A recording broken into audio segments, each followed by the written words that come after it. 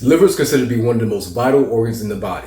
Some refer to it as the general of the body, the factory of the body, and some even call it the grand central station of the body. But with all of these nicknames, what does the liver actually do, and what is the purpose of the liver? Well, coming up in this video, we're going to discuss some of the major and critical functions of the liver, and then I'm going to wrap it up by giving you 3 tips to maintain and improve the health of your liver. Stay tuned.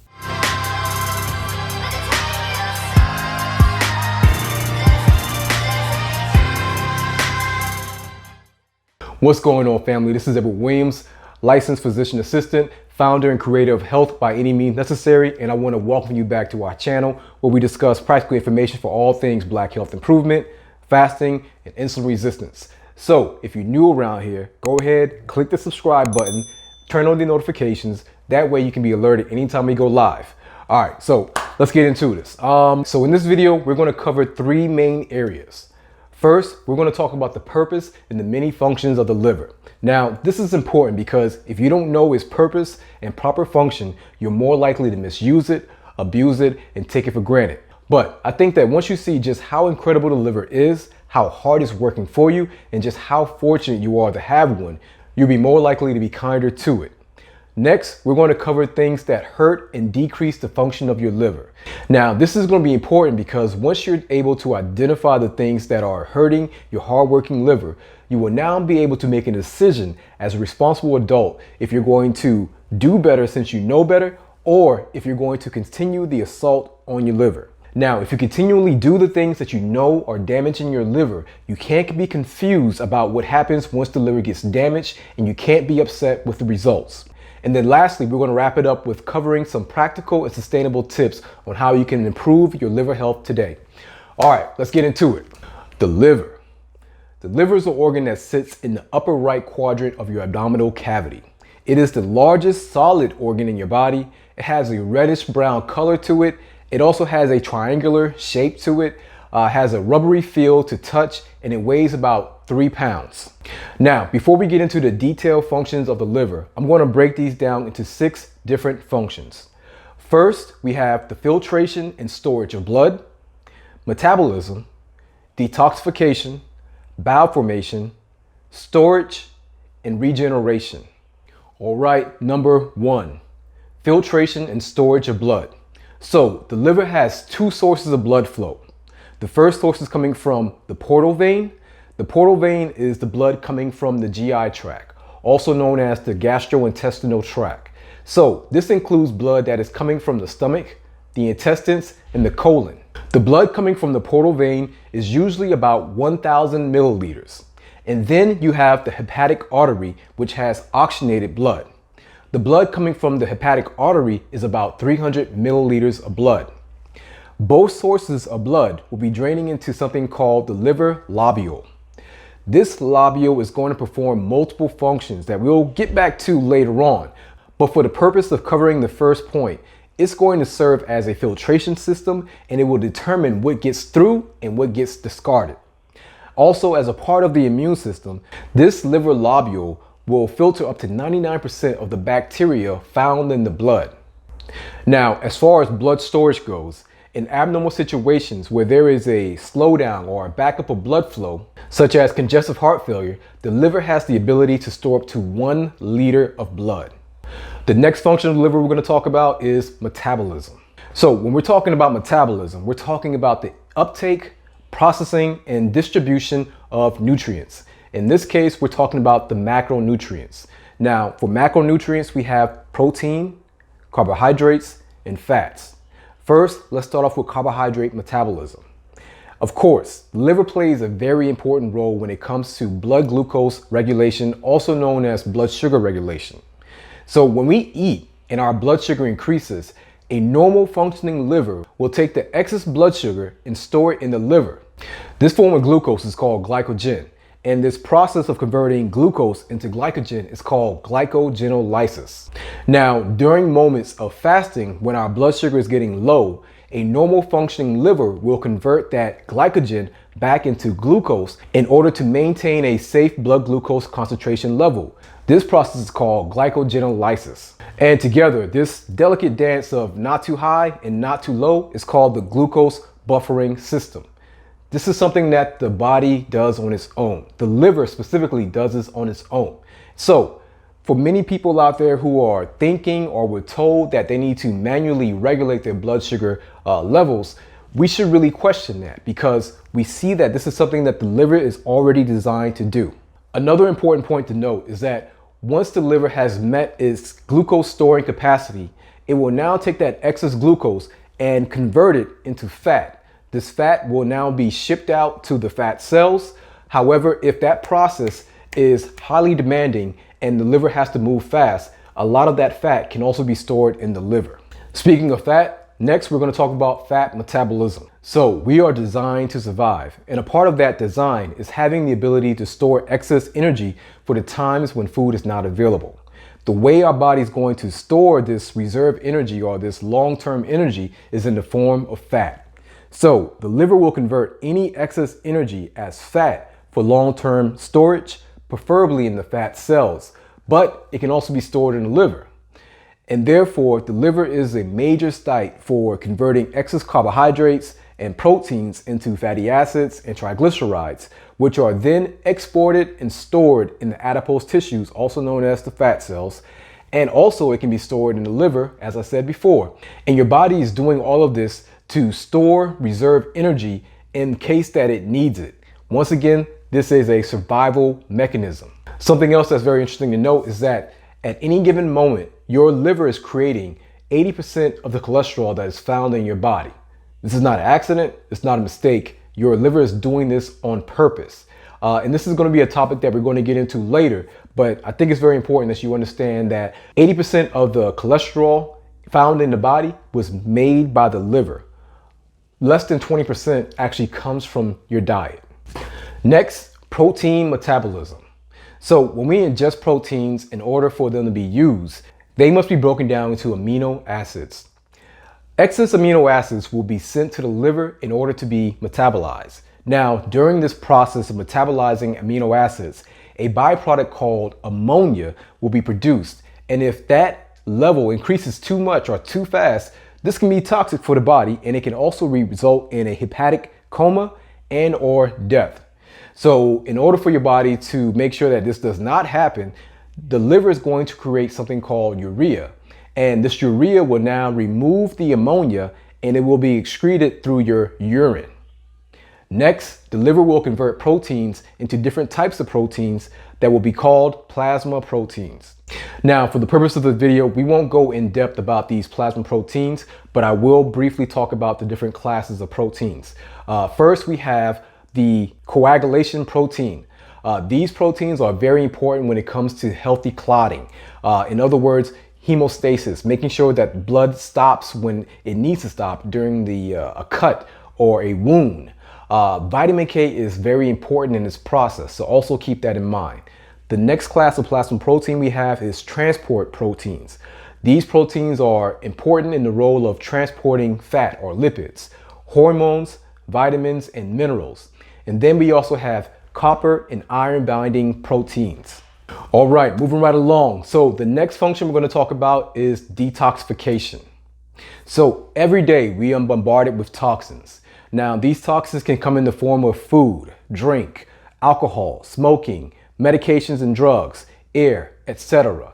And every day these toxins are entering our bodies, and many of us are aware of this. But have you ever thought and asked yourself, why are we not dropping dead from these toxins? So, as I said before, our bodies are designed to survive.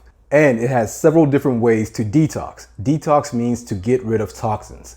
One of the many ways we are able to do this is via the liver. The liver has an ability to perform a process called xenobiotic metabolism, meaning that it will take foreign and strange particles from the blood that are potentially dangerous and or toxic and convert them into a less toxic form in order for it to be excreted. Something else you should know is that the liver is also responsible for removing hormones such as cortisol, estrogen, and aldosterone. Therefore, any damage that is done to the liver can lead to an accumulation of excess hormones. Men, for us, this is key because an excess or a buildup of estrogen may not be what you want. For men, a sign that you may have excess estrogen is something called gynecomastia. Gynecomastia is also known as man boobs. The next liver function we're going to go over is bowel formation. Now, I want you to picture that you have a pan with water in it. Now, what happens if you were to pour oil into that water? Right, it forms one big globule of oil. And this is because oil and fat are hydrophobic, meaning that it is not mixed well with water. Now, what do you do if you actually want to break this oil down? Well, you use detergent. And when you put that detergent in the water, it's now going to break that one big globule up into little small oil particles. Well, when you ingest fat-containing foods, that fat leaves the stomach in large globules, but in order for your body to actually use these, it needs to be broken down into smaller parts.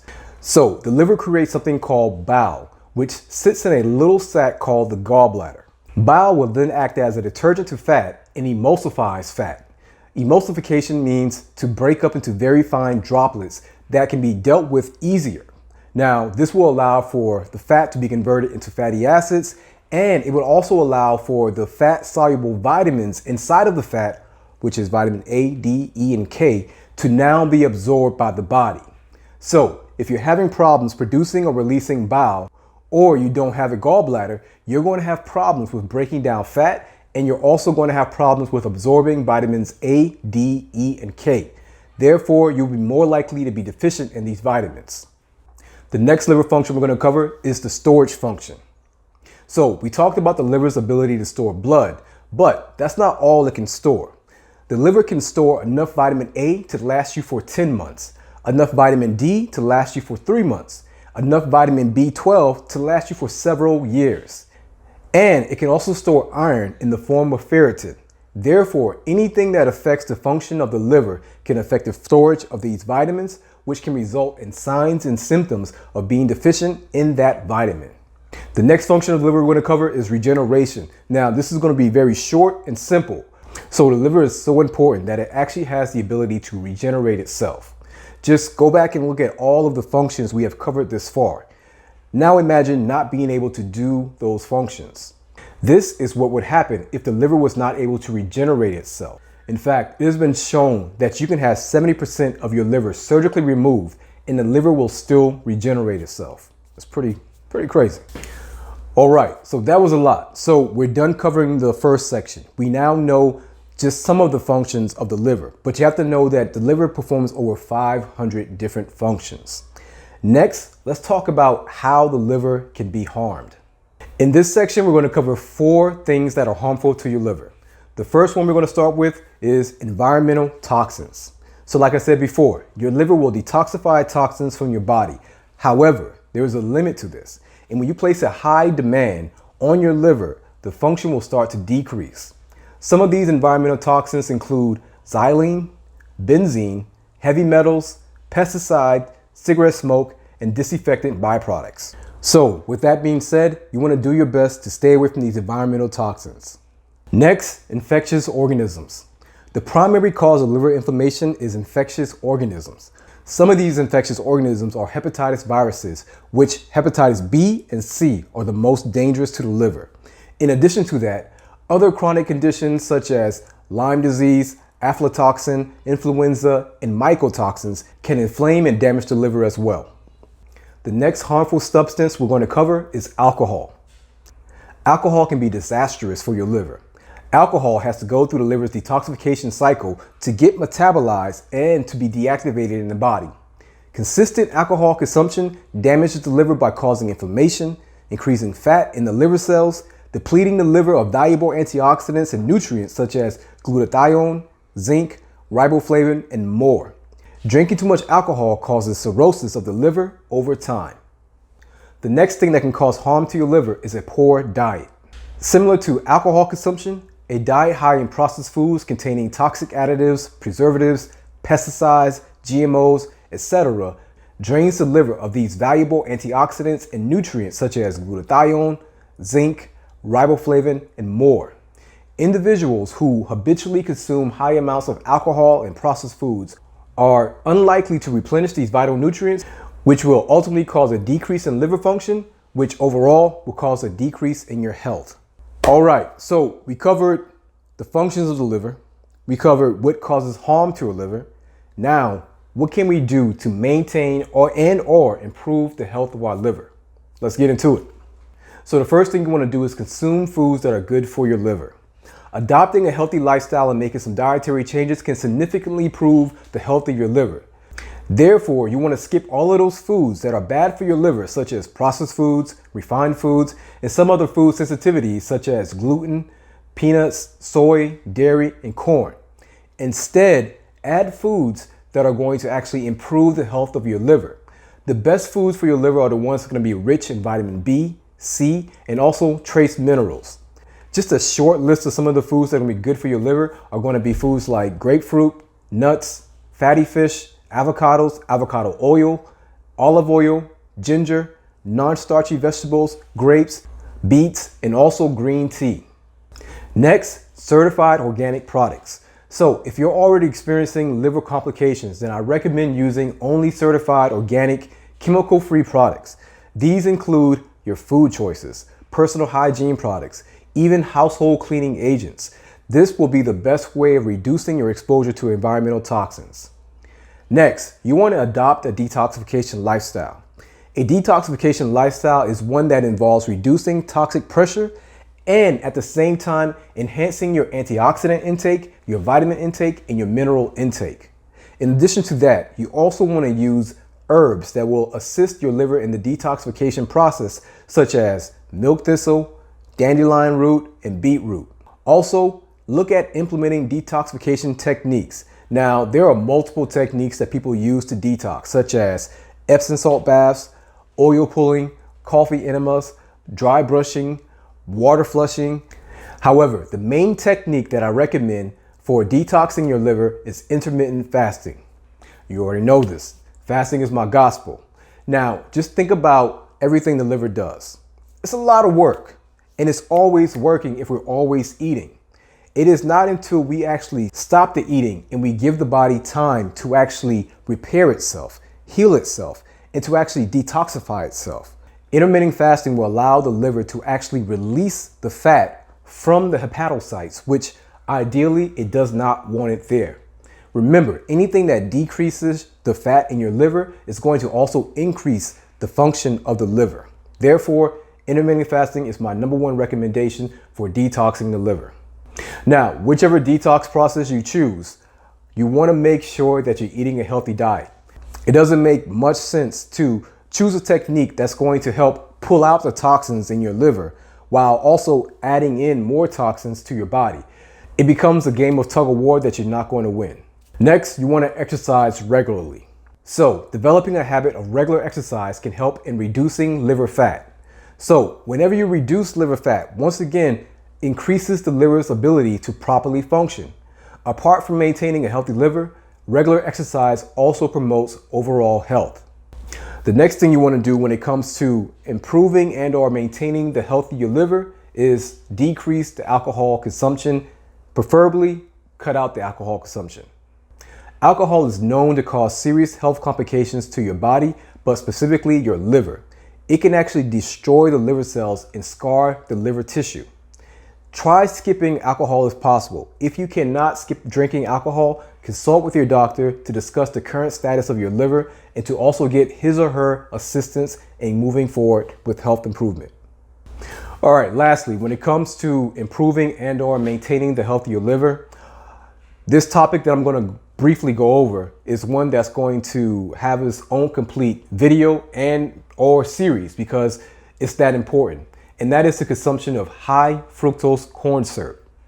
I know there's a lot of ads and campaigns talking about high fructose corn syrup being okay and not being a danger for the overall health or specifically the liver, but it is. It absolutely is.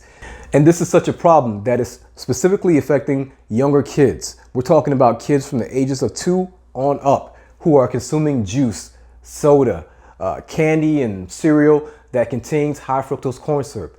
What you have to understand is that the liver is the only organ in the body that can metabolize fructose.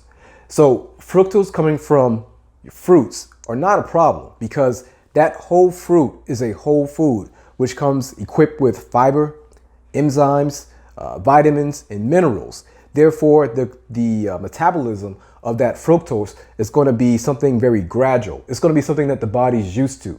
However, when it comes to soda, juice, candy, and cereals, when this enters the body, it's going to burden the body with that fructose, and the liver is going to have to process that fructose so fast that much of that fructose is going to be stored as fat in the liver cells, the hepatocyte, which it doesn't belong. This is also known as fatty liver, which is going to be our next topic that we're going to cover. So once again, high fructose corn syrup deserves its own video and/or video series, and I will definitely be doing that very soon. But overall, if you want to make sure that you are improving and/or maintaining a healthy liver, cut out the high fructose corn syrup and do your children, your nieces and nephews a favor by also decreasing and/or preferably cutting out the high fructose corn syrup in their life as well. All right, so in conclusion, to answer our initial question of what is the function and purpose of the liver, well, now we know the answer. So just a quick recap. We now know that the liver is the largest solid organ in the body and is responsible for performing various functions. It acts as a storage house for vitamins, minerals, it removes toxins in the body, it filters the blood, helps develop strong immunity, supports blood clotting, and performs plenty of other functions. Therefore, it is essential that we do whatever we can to make sure the liver is working efficiently, meaning that we should make sure we improve the health of our liver. And this is why adopting a healthy lifestyle is essential when it comes to maintaining the health of your liver and/or improving the health of your liver. All right, so question of the day. What was the most interesting thing that you learned while watching this video? That's question number one. Question number two, what is one thing you're going to do to improve and/or maintain the health of your liver?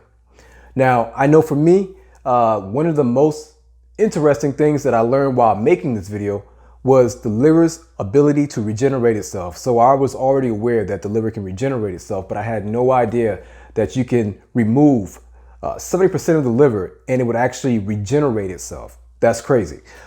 Next, as far as what I'm going to do or what I can do to improve my liver function would be the products that I use on my skin. I used to, in the past, I was pretty cautious about what I was using on my skin. But I would say now that I've gotten busy and, everything going on, I now just use lotion. So that's definitely something I can work on as far as trying to decrease the amount of toxins that I'm taking in my body, probably also my body wash. And yeah, that's what I'm going to do for myself. Now, if you want to learn about how we at H-BAMN could possibly help you in the process of improving the health of your liver, be sure to check out our liver support supplement by clicking on the link below. In addition to that, please be sure to like this video, subscribe to the channel, and also share this video to your family members so that they can also learn the purpose and the function of their liver. All right, everyone, this is your brother, Edward Williams, signing off. And remember, this is our community, this is our responsibility. We have what it takes. We just got to put in the work. All right? Peace.